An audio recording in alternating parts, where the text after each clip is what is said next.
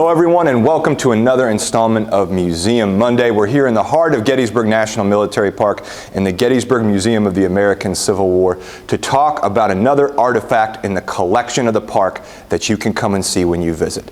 And as always, I'm joined by my good friend and colleague Wayne Motts, President Emeritus and Historian of the Gettysburg Foundation. So Wayne, what are we looking at today? Chris, well, it's Women's History Month for March, so we've picked a women's history story for our March Museum Mondays, and that's outside the case here, a canvas hospital. You know, after the Battle of Gettysburg, tremendous aftermath related to the battle. I doubt most people that study the battle understand the impact on the community here in Adams County and Gettysburg immediately after the battle. When the armies left, they left 21,000 wounded people in Gettysburg in a town that had 2,400 people. Many of the Army surgeons have to leave because if the Army gets in a fight during the retreat, they're going to need those doctors. So nurses, contract surgeons, Sanitary Commission, Christian Commission, benevolent groups came from all over to try to alleviate the suffering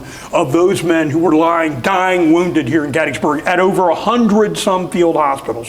One of those groups was the Daughters of Charity from Emmitsburg, Maryland, a site about 10 miles south of Gettysburg. And in this case, you'll see an image of Sister Camilla O'Keefe. And she's one of the sisters that came up to Gettysburg immediately after the battle and helped nurse the wounded here.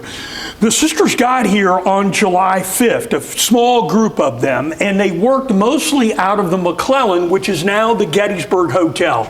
And they went to several locations around Gettysburg, including the Lutheran Theological Seminary, including the Methodist Church, and they're working at trying to alleviate all the suffering of the men who are wounded here at Gettysburg. One of the things that they do and they talk about is not only are they trying to help the men who are wounded and sick, but they're also trying to baptize some of the Civil War soldiers, being Catholic sisters. And the daughters don't refer to themselves as nuns. They're actually called sisters. So being sisters, that's one of their duties. And according to some of the recollections, especially by Sister O'Keefe, they're able to convert some of these soldiers that are here. So they're here for a long time. Some of them go over to Philadelphia. And one of the missions of the Daughters of Charity is to alleviate the sick and also to help the poor. So Sister O'Keefe, 48 years old here during the time of the battle, born in County Cork, Ireland, Chris, and she dies in 1887.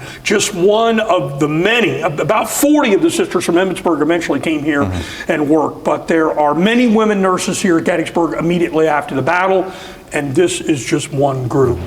Yeah, as you mentioned, Wayne, I think this is a lesser known aspect of the Battle of Gettysburg, the Gettysburg story, which is arguably one of the great humanitarian crises in American history. And so thank you for highlighting this fascinating object. We hope you come to the museum. We hope you visit Gettysburg and visit artifacts like the ones in the case behind me to explore the deeper Gettysburg story. As always, thank you for listening. We hope to see you on the next installment of Museum Monday.